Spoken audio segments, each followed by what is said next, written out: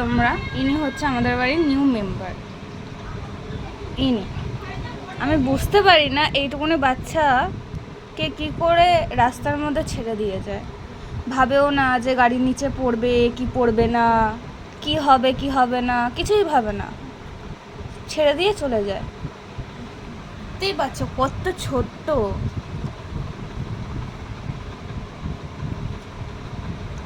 তোমাকে ছেড়ে দিয়েছে বাবা?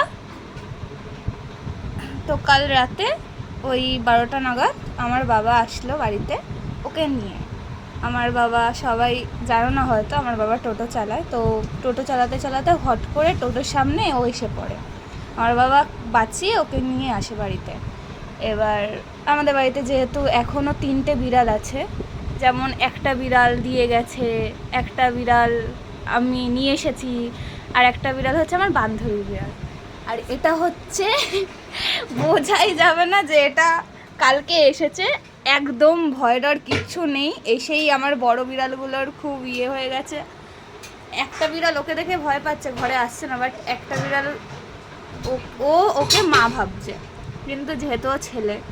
এবার এরকম আমি বুঝতে পারি না কি করে এদের ছেড়ে দেয়। ভাবেও না যে কি হবে কি হবে না, কোথায় যাবে কি খাবে সেটাও ভাবে না, বাস ছেড়ে দেয়।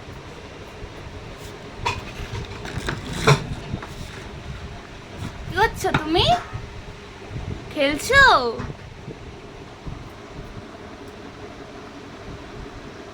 তো আমি এটাই বলবো, যদি তোমরা এরকম ছোট বিড়াল কোথাও দেখো তো ওদের বাড়ি নিয়ে যাও বা সেফ জায়গায় একটা রেখে দাও, কারণ যদি ওদের কিছু হয়ে যায়, এবার বুঝতেই পারছো গাড়ি ঠাড়ি ওদের তো আর দেখবে না যে কি হবে কি হবে না, আবার কোথায় যাচ্ছে। ওরা বড় হলে তো নিজের খাবার নিজেই খুঁজে নেয়, কিন্তু ছোট থাকলে তো ওরা পারে না। মানে এটাই বলবো, সেই যাকেও মা ভাবছে, কিন্তু এটা ছেলে, ওর নাম ঘত। ঘত।